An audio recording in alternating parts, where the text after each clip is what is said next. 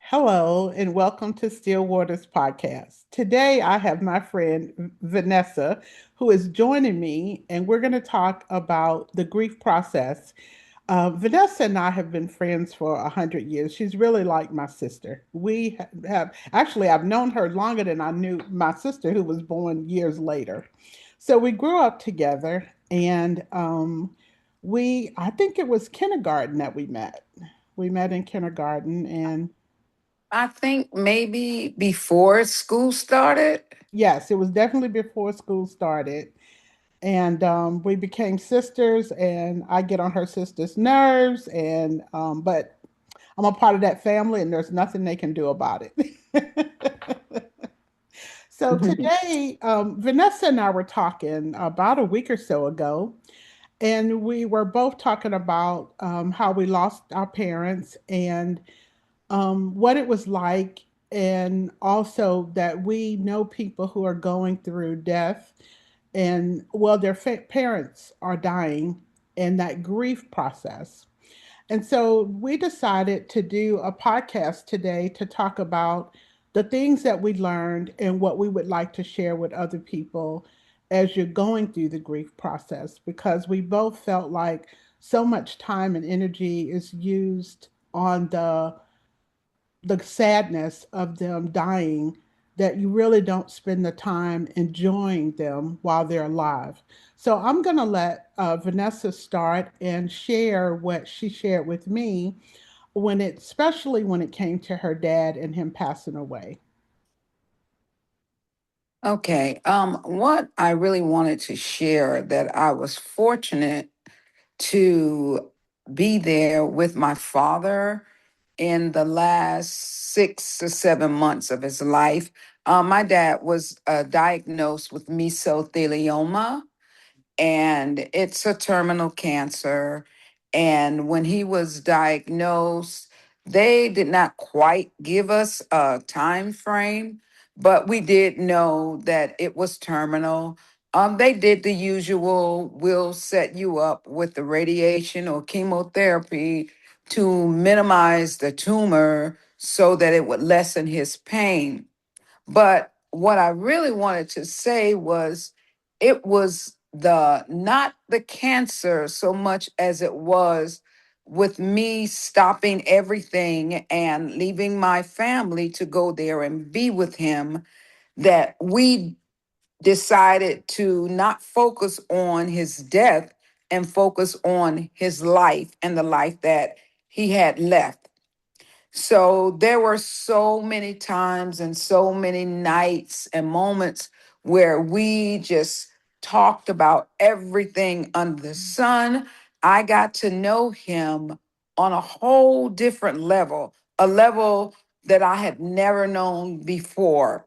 We actually talked about childhood stories that my dad had never shared. So I'm learning, this man in not just as dad, but seeing him through the eyes of his childhood. Mm, And those moments and those stories were so precious and invaluable and just impactful memories that I carry with me throughout the rest of my life. mhm, So one of the things that we was talking about is like when you get a certain age, the vast majority of our friends and peers are all facing losing their parents. mhm, And what really made me think about this is one of my friends is going through that situation now. And every day she calls me, she's horrified. She never knows when, the moment, the day, the hour. And so I had spoken with her, and I thought about it, and I feel her pain. But I was like, well, you're focusing on the wrong thing. I mhm, know it's hurtful and it's scary, but she's alive. So get to know her on another level than just that mom that's always, being there. I'm quite sure she has a million stories that you know nothing about. And she was like, "Oh, I never thought about that." Mhm. And it takes your mind off the end. So basically, and in those, so basically, that's what I was telling her, because in those long conversations and through the night of just, talking, we laughed. Those conversations, we laughed, we cried, I was just in amazement. My Mhm. dad grew up during the Great Depression. Uh, Listening to the survival methods that they had, I was just more and more in awe of him Mhm. and all the things that he had been through, all the things that he, had survived, even uh, the World War II incidents that I knew nothing about. We talked about just the vast majority of everything. And it was just so amazing. And I feel like that was my gift from God Mhm. in just getting to know him, because I know the end of life journey is everybody's personal journey. Some parents or people tend to not share with you when they're ill, and that's their choice, that's how they feel. I'm just grateful that my dad decided to share with us in the very beginning of that Yeah. journey, so I was able to have that time, Yeah. because that was a very, very precious moments, a very precious time, and a treasured time for me. Yeah. I agree. My mom passed away from terminal cancer. She had had cancer like 38 years prior to the last time. And my mom's very private, as you know, and she would not tell anybody anything. So when I remember going home for her birthday, and TLC, the channel back then, interviewed me as I was on my way home because I almost missed a plane. It was just so many people and so crowded. And I remember that weekend, I was celebrating her birthday, and she was telling me about, pain and different things happening to her. And I said, Mom, I think you should go to the doctor.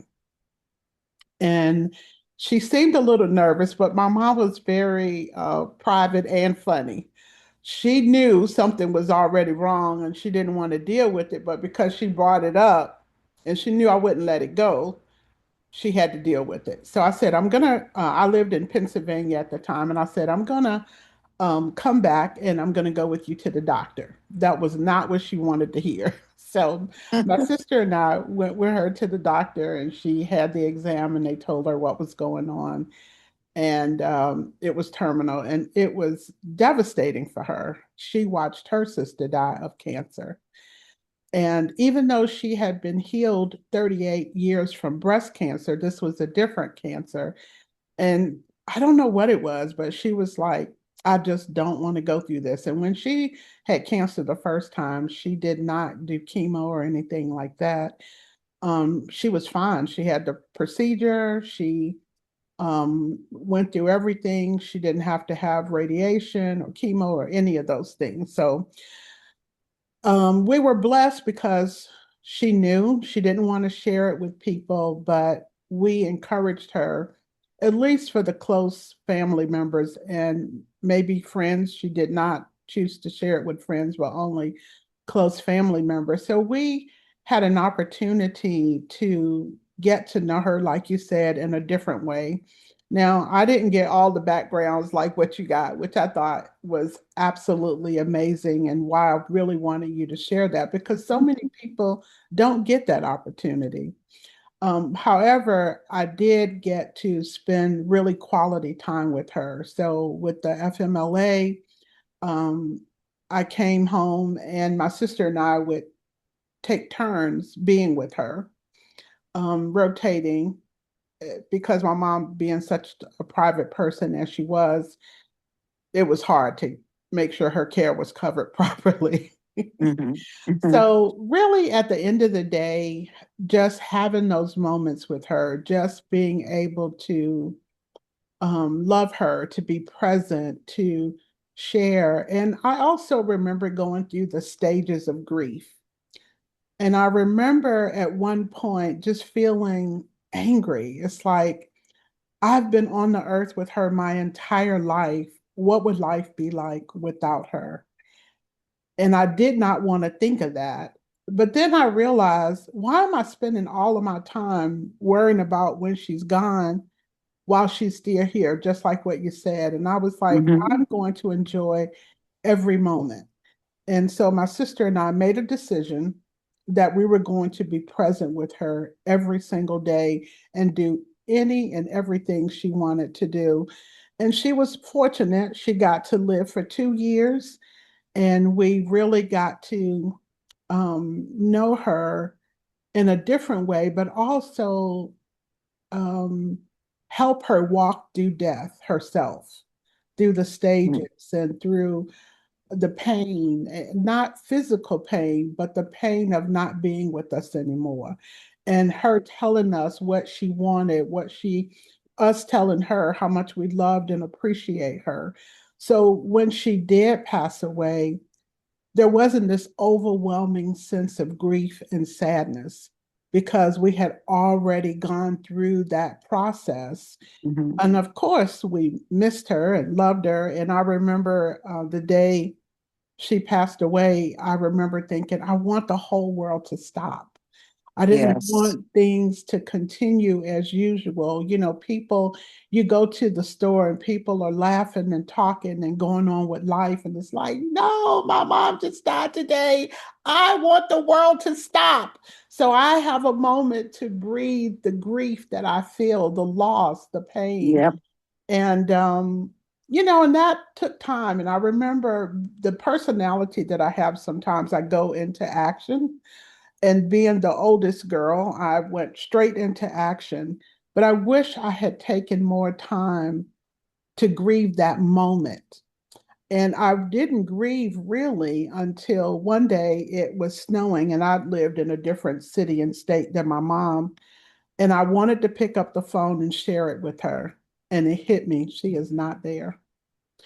And that's when my grief really Mhm. started and came, and I was able to just process it. But I was very grateful to be able to have those moments of clarity and being present with her and letting her know how much I loved her, and not thinking, I wish I had said, I wish I didn't have those kinds of regrets. Yes. So, And the thing about my dad, he was so worried about us mm-hmm, because his whole thing during this whole process, especially near the end, he kept expressing to us that all was well with his soul. mm-hmm, And, when we had to have that uneasy conversation with the nurses about resuscitation, and mm-hmm, he had to, it was ultimately his decision whether or not, if something happened, did he want to be resuscitated. And he said no. He looked at us, he said no. He said, I've lived a good life. mm-hmm, And he said, it would make no difference if I lived another day, another minute, or another hour. You all are going to hurt. He yeah, said, but this is just a part of life. He mm-hmm, said, you are hurting because I'm your father, but there's the man down the street who's dying, and they're going to mm, hurt because that's their father. right, So it's just something that we have to go through. But I'm not, he said, I'm all is well with my soul. So when yeah, God is ready for me, I'm ready to go. And I thought mm, about this booklet that hospice has given us about the stages of death. And I read it, and my dad was textbook. Like every wow, step was totally textbook, from the losing the desire to eat, no longer mm-hmm, wanting food, the stairs just where his eyes is open and he's just in this Like a complete trance almost. yes, like a Yeah. trance. And Mm-hmm. before he got to the point where he was unaware of what was going on, his eyes used to run water. And I was go like, Daddy, why are you crying? It's okay, everything's gonna be okay. And he said, No, you don't understand. These are not regular tears. He said, These are tears of joy. I'm getting myself ready to go home to be with God. Mm. And so, Wow. yeah, I mean, it was like whenever I wanted to just like lose it, scream, pull my hair out, he brought this peace and Yeah. this comfort Yeah. to me with, everything that he would, say and talk to me about.